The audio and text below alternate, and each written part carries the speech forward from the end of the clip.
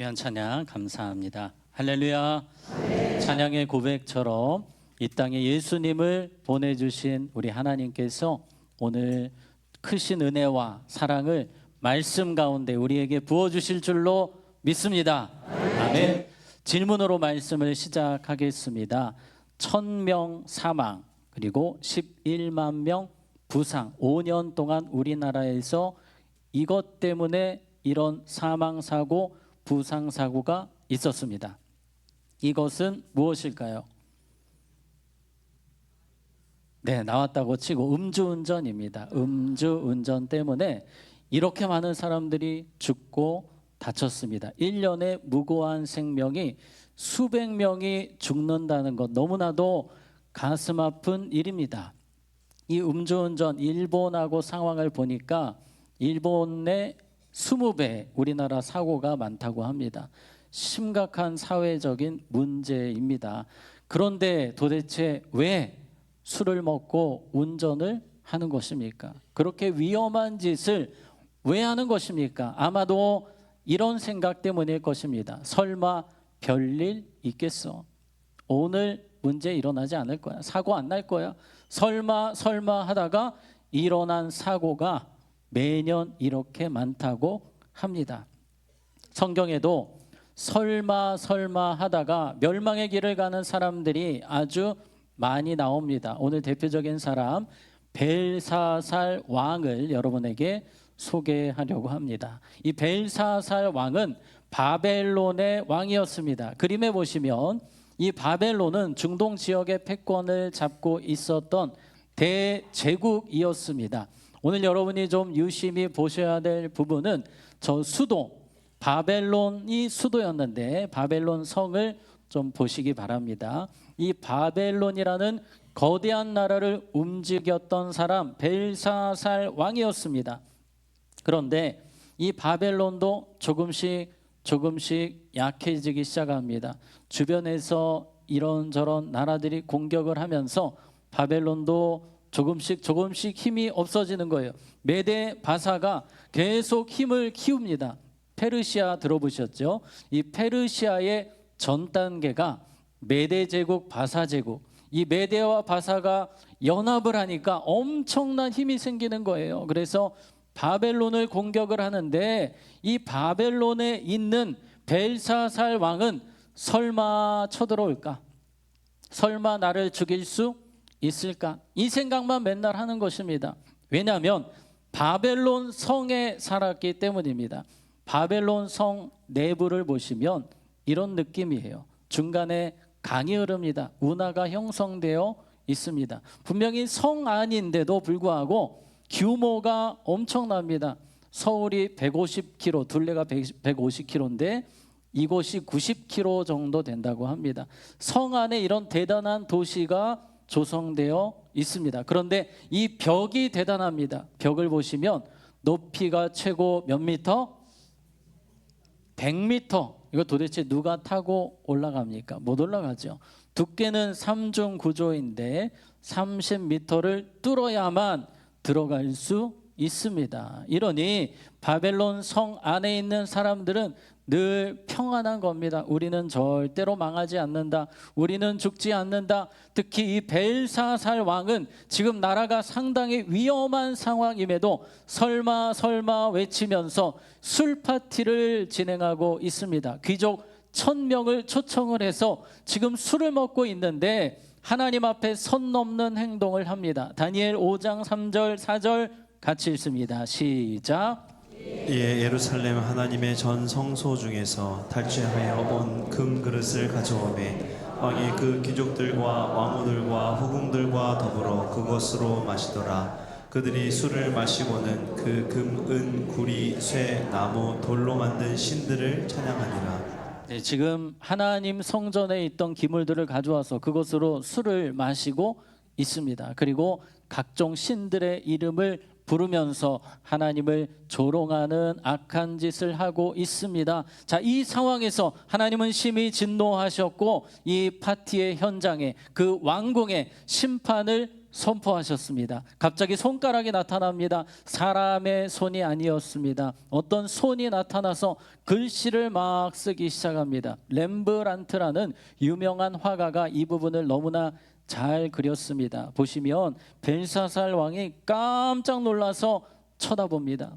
어떤 글씨가 써지고 있는데 방금 전까지만 해도 막 왁자지껄하고 웃으면서 좋았던 사람들의 표정이 굳어지고 얼음판처럼 갑자기 사람들이 가만히 있는 겁니다. 두려움에 빠집니다. 마치 공포 영화를 보는 것만 같습니다. 자, 이런 상황에서 이 많은 지혜자들을 부릅니다. 제발 이 글자가 어떤 글자인지를 좀 해석해 달라고. 그런데 아무도 풀지를 못합니다.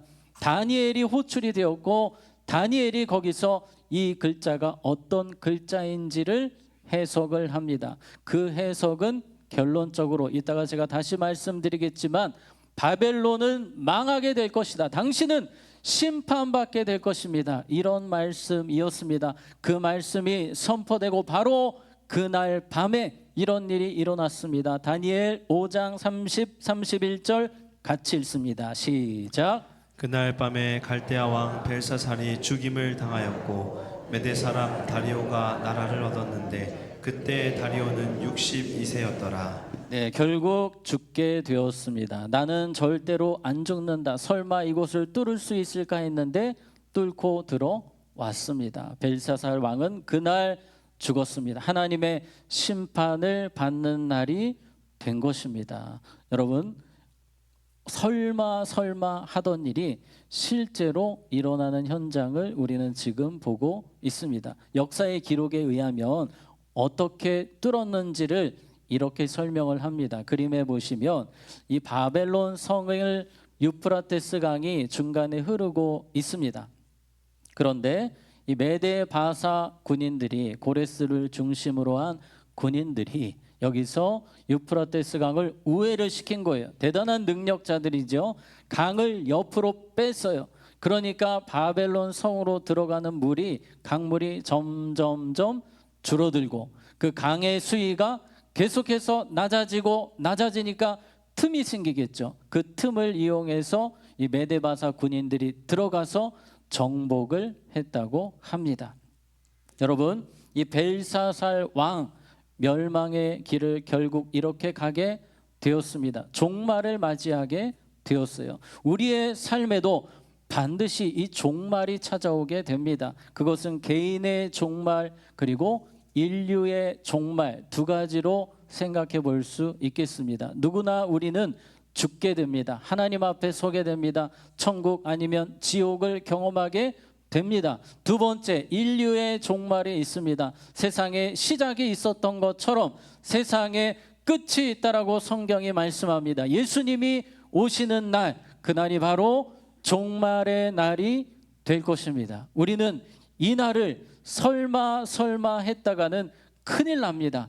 준비하는 신앙생활을 해야 합니다. 주님이 오늘 오시더라도 저는 부족함이 없습니다. 부끄럽지 않습니다. 이것이 바로 가장 바른 신앙생활입니다.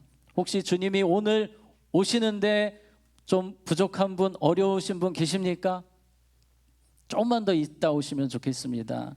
네, 아마도 많이 그 생각을 하실 것 같습니다. 신앙생활을 잘하는 것은 오늘 오시더라도 부족함 없도록 준비를 잘하는 것입니다. 그래서 우리가 어떻게 하면 이 종말 어떻게 잘 준비할 수 있을지 세 가지를 생각해 보도록 하겠습니다. 첫 번째 따라해 보겠습니다. 반드시. 네, 무엇이 반드시일까요? 종말은 반드시 옵니다. 설마가 아닙니다. 무조건 옵니다. 이 사실을 우리는 계속해서 되뇌이며 살아야 됩니다. 잊어버리기 때문입니다. 마치 영원히 살 것처럼 오랫동안 살 것처럼 우리는 착각할 때가 얼마나 많습니까? 주님 오시는 그날이 얼마 남지 않았음을 우리는 기억하고 종말을 준비하는 자들이 되어야 합니다. 반드시 옵니다. 노아의 시대 많은 사람들이 노아를 비웃었습니다. 설마 했습니다. 그러나 심판이 이루어졌습니다. 소돔과 고모라 때에도 사람들은 그저 웃고 즐기고 심판이 온다고 해도 농담 따먹기로 생각을 했습니다. 그러나 반드시 그 일은 이루어지는 일이었습니다. 여러분, 종말도 반드시 오게 됩니다. 예수님은 우리에게 이런 말씀을 하셨어요. 우리 누가복음 21장 33절 같이 읽습니다. 시작. 천지는 없어지겠으나 내 말은 없어지지 아니하리라. 아멘. 예수님께서 종말에 대해서 말씀을 하시면서 천지는 없어질지라도 내 말은 없어지지 않는다. 이 종말의 사실도 확실한 사실이다라고 주님 말씀하십니다. 중요한 것은 우리 주님이 언제 오실지 아무도 모릅니다. 분명한 것은 아무도 모르는 그때에 갑자기 오십니다. 그래서 우리는 준비를 잘해야 되는데 반드시 기억할 것이 있으니 그것은 바로 결산이라는 단어입니다. 주님이 오실 때 결산하십니다. 우리가 개인적인 종말을 맞이할 때에도 결산을 받게 됩니다. 제가 설교 초입에서 벨사살 왕에 대해 설명드렸습니다. 벨사살 왕이 수많은 죄를 지었는데 하나님은 그것들을 다 결산하셨습니다. 다니엘을 세우셔서 그의 죄를 다 드러내게 하셨습니다. 우리 다니엘 5장 22절 같이 읽습니다. 시작. 왕은 그의 아들이 되어서 이것을 다 알고도 아직도 마음을 낮추지 아니하고. 네, 지금 이 말씀은 이 벨사살 왕의 외할아버지가 느부갓네살 왕이었습니다. 느부갓네살 왕이 교만히 행하다가 하나님의 저주를 받아서 짐승처럼 변해서 산속으로 들어갔던 그런 일이 있었습니다. 그 일을 알기 때문에 당연히 하나님을 두려워해야 되는 벨사살 왕이 하나님을 두려워하지 않고 그렇게 죄를 지으며 살았던 부분에 대해서 하나님은 책망하고 계십니다. 결산하고 계십니다. 가중 처벌을 받게 되는 것입니다. 회개의 기회가 수많은 회개의 기회가 있었지만 그 모든 기회를 박탈했던 사람 바로 벨사살 왕이었습니다. 하나님은 우리가 종말의 때까지 많은 회개의 기회를 주십니다. 그 회개의 기회를 잡아서 하나님 앞에 바로 서는 우리 모두가 되기를 주님의 이름으로 축복합니다. 계속해서 23절에 보면 이 벨사살 왕이 어떤 일을 했는지 이야기합니다. 도리어 자신을 하늘의 주제 하나님보다 높이며 이것도 큰 죄라는 것입니다. 그의 성전 그릇을 왕 앞으로 가져다가 왕과 귀족들과 왕후들과 후궁들이 다 그것으로 술을 마시고 이것도 큰 죄입니다. 왕이 또 보지도 듣지도 알지도 못하는 금은구리 쇠화나무 돌로 만든 신상들을 찬양하고 이것도 심판의 대상입니다.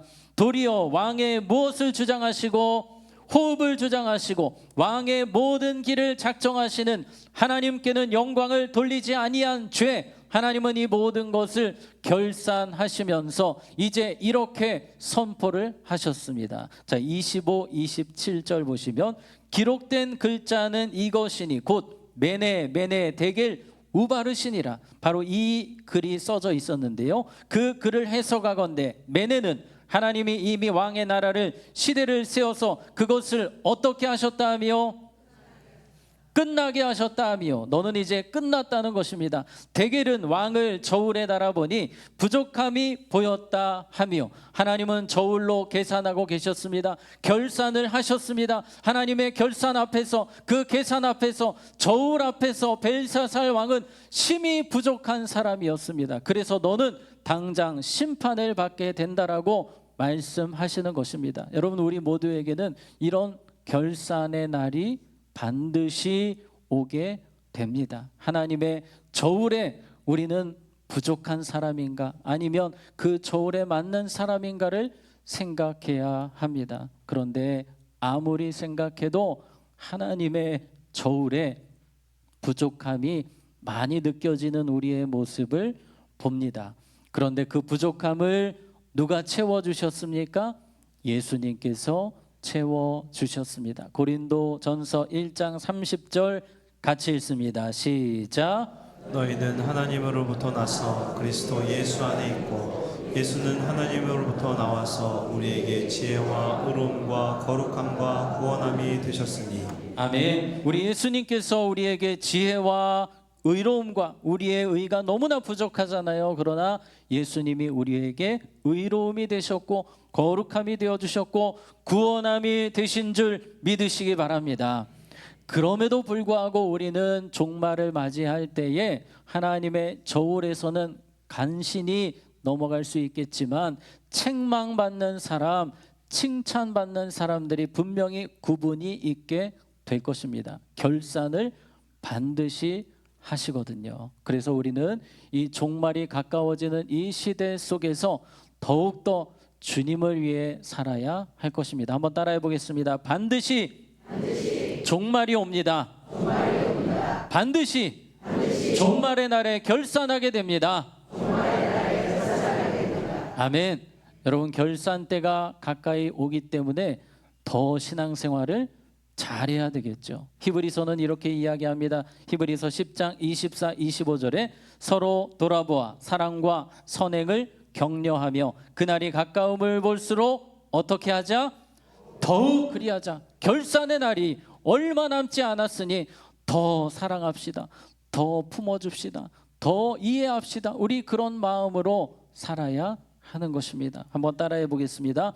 말세니까 내가 참는다. 네, 주님 오실 때가 됐기 때문에 우리는 참아야 됩니다. 더 주님 앞에서 칭찬받는 삶을 살기에 힘써야 하는 것입니다. 그렇게 살아가며 반드시 임하게 되는 종말을 준비하는 우리 모두가 되기를 축복합니다. 자, 두 번째, 우리가 종말을 준비하기 위해서 예수님은 이렇게 말씀하셨습니다. 한번 같이 읽어보겠습니다. 가까이 온 줄을 알라. 아멘. 우리 예수님께서는 가까이 왔다고 말씀하십니다. 우리의 종말, 개인의 종말이든 인류의 종말이든 가까이 왔음을 늘 잊지 않고 살아야 한다 말씀합니다. 어떤 부자가 있었습니다. 그 많은 돈을 가지고 내년에 후년에 어떤 일을 할지 계획을 세우고 있을 때에 하나님께서 이렇게 말씀하셨습니다. 누가복음 12장 20절 같이 읽습니다. 시작. 하나님은 이르시 어리석은 자여 오늘 밤에 내 영혼을 도로 찾으리니 그러면 내 준비한 것이 누구의 것이 되겠느냐 하셨으니. 아멘. 하나님께서는 오늘 우리를 부르실 수도 있는 분이십니다. 그러므로 우리는 가까이 있음을 기억하며 더욱더 하나님 앞에서 살기에 힘써야 합니다. 예수님은 종말에 대해 이야기하시면서 계속해서 무화과 나무 비유를 설명하십니다. 누가복음 21장 29, 30절 같이 읽습니다. 시작.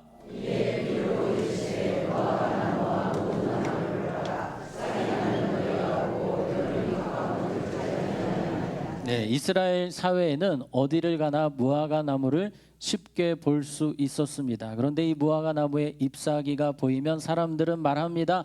이제 여름이 오겠구나라고 말을 하는 겁니다. 이런 현상들을 보고 감을 잡는 거죠. 아, 여름이다. 여러분, 우리도 여름이 오기 전에 사람들이 다 반팔을 입고 다니면 아, 이제 진짜 여름이구나. 그리고 장마가 오게 되면 곧 더운 여름이 시작되겠구나 생각을 하는 것처럼 우리가 자연 만물을 보면서 세상 돌아가는 것들을 보면서 우리는 생각해야 합니다. 무엇을요? 주님 오실 때가 얼마 남지 않았다. 이제 가까이 왔다라는 것을 볼 수 있어야 합니다. 오늘 이렇게 말씀하십니다. 10절에서 11절 보시면 또 이르시되 민족이 민족을 나라가 나라를 대적하여 일어나겠고 전쟁을 말합니다. 계속해서 세계의 전쟁이 일어난다는 것입니다. 지금 그렇지 않습니까? 계속해서 전쟁이 곳곳에서 일어나고 있습니다. 계속해서 보시면 곳곳에 큰 지진도 계속 일어나죠. 기근도 그렇습니다. 전염병, 여러분 코로나19 때 우리는 정말 너무나 힘든 시간을 보냈습니다. 과학이 그렇게 발달하고 백신이 그렇게 많이 개발되었음에도 불구하고 그것을 막지 못했습니다. 이런 전염병이나 기근, 지진, 전쟁을 보면서 우리는 무슨 생각을 해야 합니까? 주님 오실 때가 얼마 남지 않았다는 것을 생각할 수 있어야 됩니다.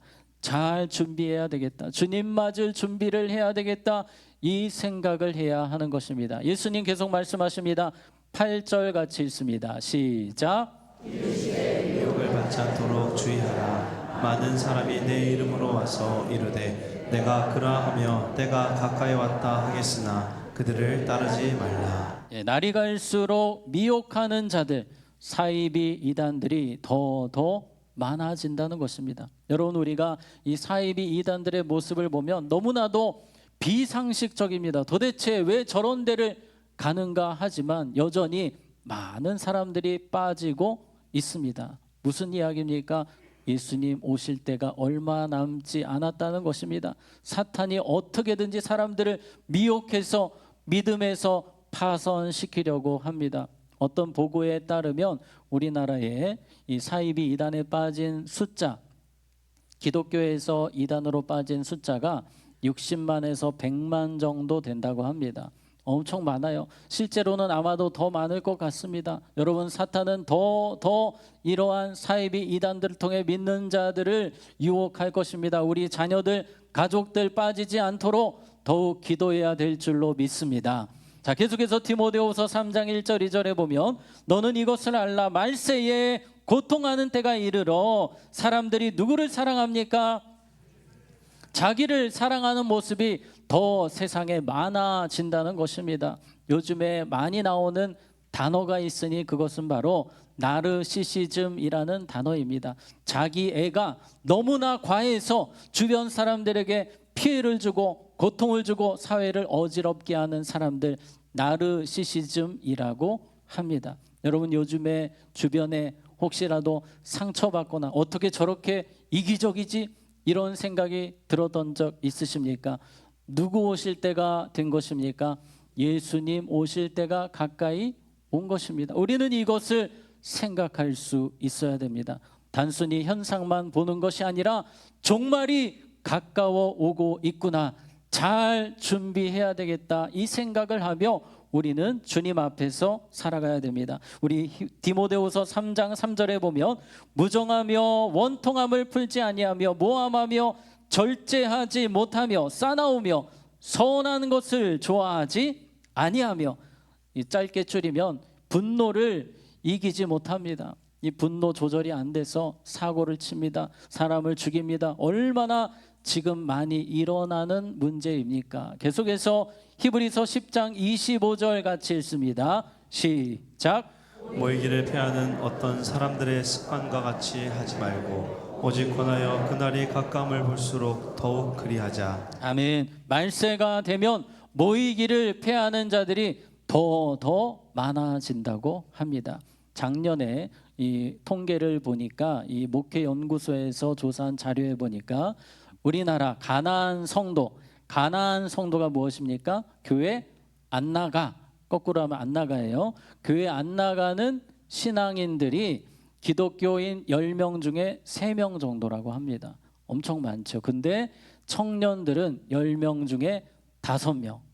심각한 상황입니다. 점점 사람들이 교회 안 나가고 내가 알아서 신앙생활 하겠습니다. 영상으로 드리겠습니다. 그냥 저 자연에 가서 예배 드리겠습니다. 이런 사람들이 갈수록 많아지는 시대입니다. 예수님 오실 때가 점점 가까워 오고 있다는 것입니다. 우리 이 말씀 다시 한 번 더 읽습니다. 히브리서 10장 25절 우리 다시 한 번 더 읽습니다. 시작. 모이기를 피하는 어떤 사람들의 습관과 같이 하지 말고 오직 권하여 그날이 가까움을 볼수록 더욱 그리하자. 아멘. 종말이 가까워질수록 더욱더 열심히 모이고 기도하고 말씀 보고 예배하고 더 교회와 가까워지는 우리 모두가 되기를 주님의 이름으로 축복합니다. 자, 세 번째, 우리가 종말을 잘 준비하기 위해서 따라해 보겠습니다. 둔하여지지 않게 하라. 예, 사탄은 어떻게든지 사람들을 흐리게 만듭니다. 영적으로 무디게 만듭니다.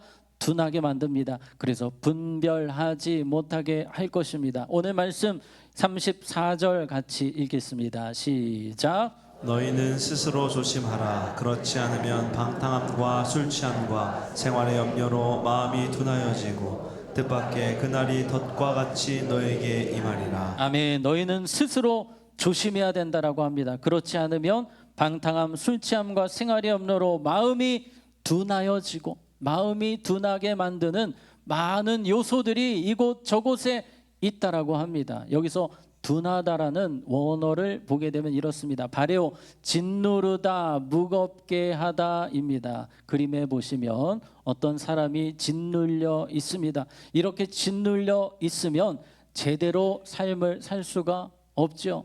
앞에도 제대로 볼 수가 없습니다.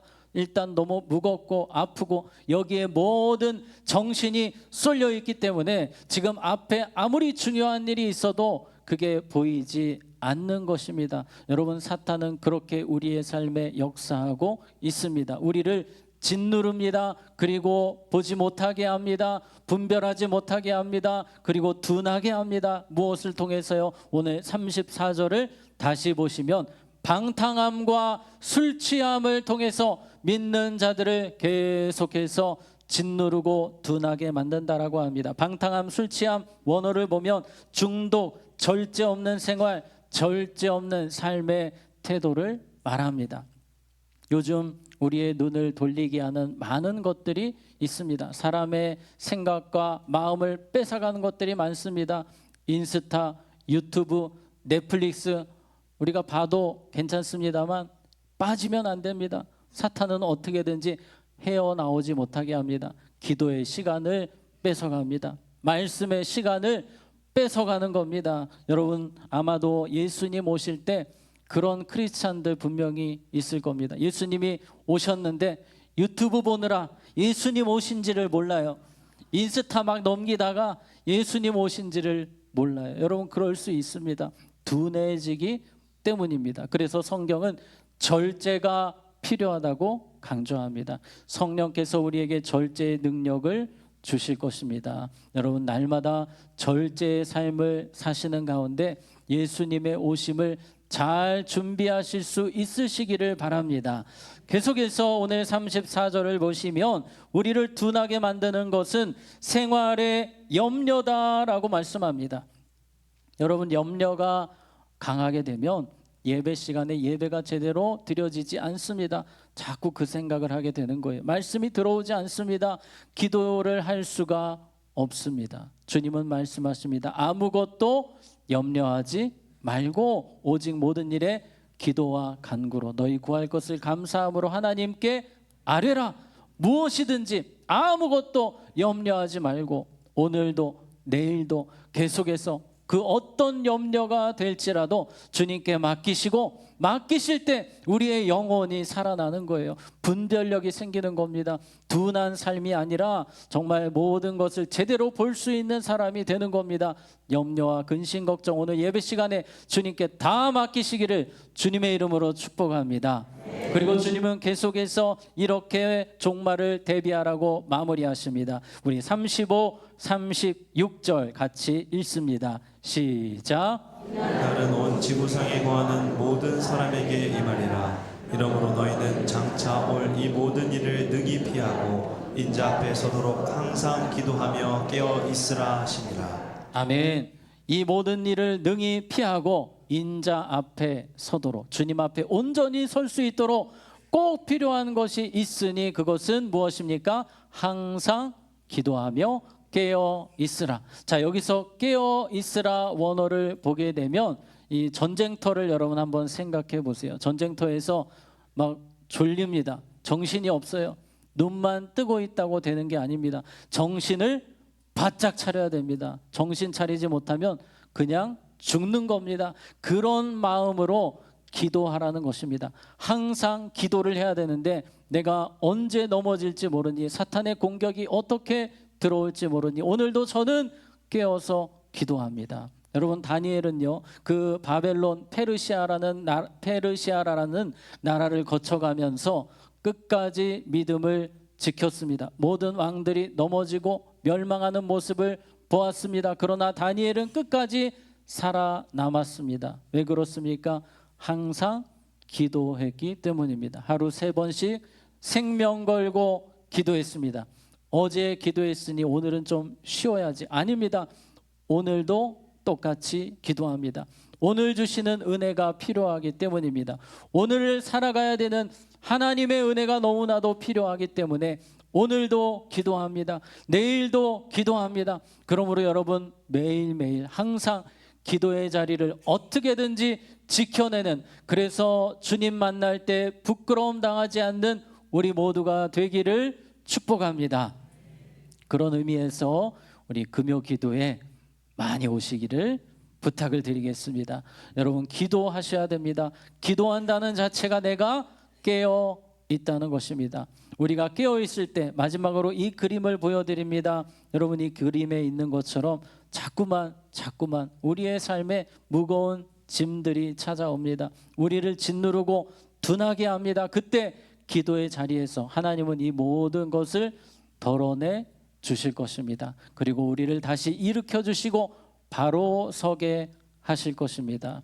여러분 종말은 반드시 옵니다. 무조건 옵니다. 가까이에 있음을 기억하시기 바랍니다. 멀리 있는 것이 아니라 곧 내게 올 수 있음을 기억하면서 기도로 깨어 있으시고 절제하는 삶을 통해 예수님 만날 준비하는 우리 모두가 되기를 주님의 이름으로 축복합니다.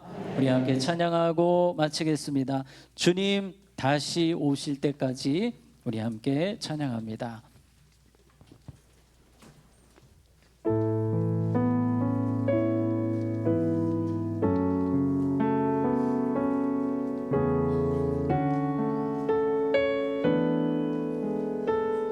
주님 다시 오실 때까지, 주님 다시 오실 때까지 나는 이 길을 가리라.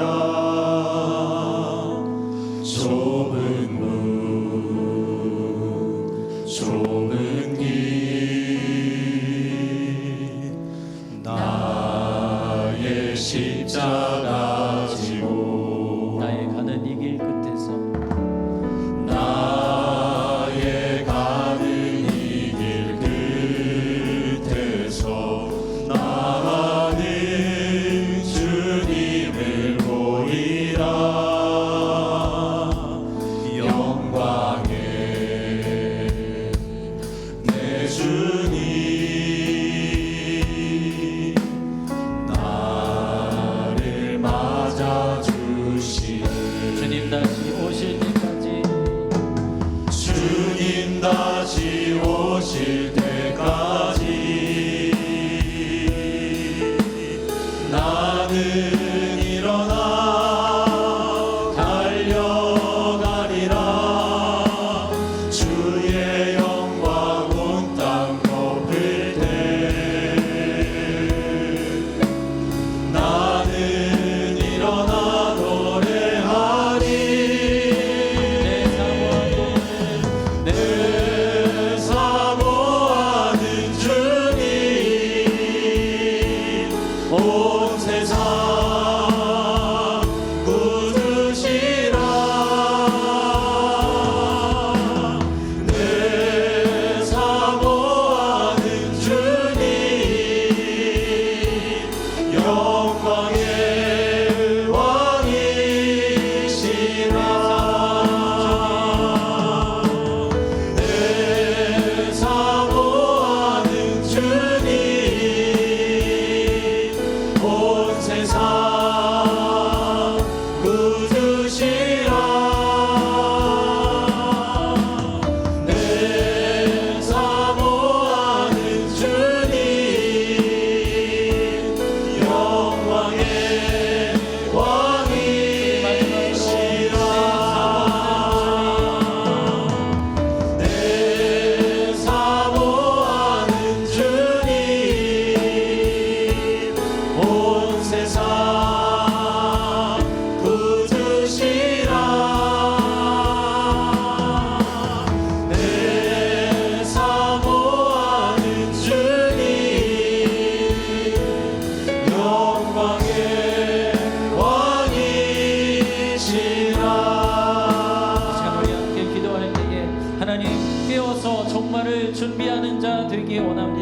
세상에 빠지지 않도록 절제의 능력을 주시고 늘 기도의 자리를 지키게 하시고 주님 만날 때 부끄럽지 않은 모습으로 설 수 있도록 성령님 나를 깨워주시고 나를 붙들어 달라고, 우리 가족들을 붙들어 달라고 이 시간 주님의 이름 한번 부르고 기도합니다. 주여, 하나님 간절히 기도합니다.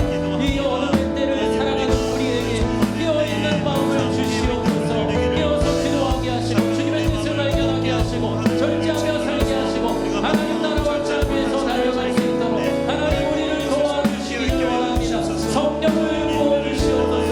하나님 역사하여 주시옵소서. 우리가 날마다 어둠 가운데 일어나서 깨어나서 분별하며 주를 위해 살아갈 수 있기를 원하오니 하나님 우리를 다시 한번 더 도와주시옵소서. 성령 하나님 우리의 마음과 생각을 주장하여 주시옵소서. 둔한 모습으로 눌려지지 않게 하시고 모든 말씀의 능력으로 기도의 능력으로 살게 하여 주시옵소서.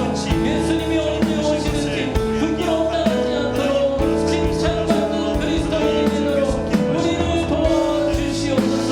우리에게 은혜를 부어주시옵소서. 하나님 아버지, 종말이 가까워 오고 있지만 설마 하며 너무나도 가볍게 종말을 대했던 우리의 모습을 용서하여 주시옵소서. 우리 예수님 오늘 오시더라도, 주님이 오늘 우리를 부르시더라도 칭찬받는 믿음이 되기를 원합니다.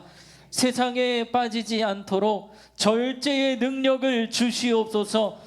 깨어서 항상 기도하며 예수님 만날 수 있도록 주님 도와 주시옵소서. 예수님 이름으로 기도합니다. 아멘.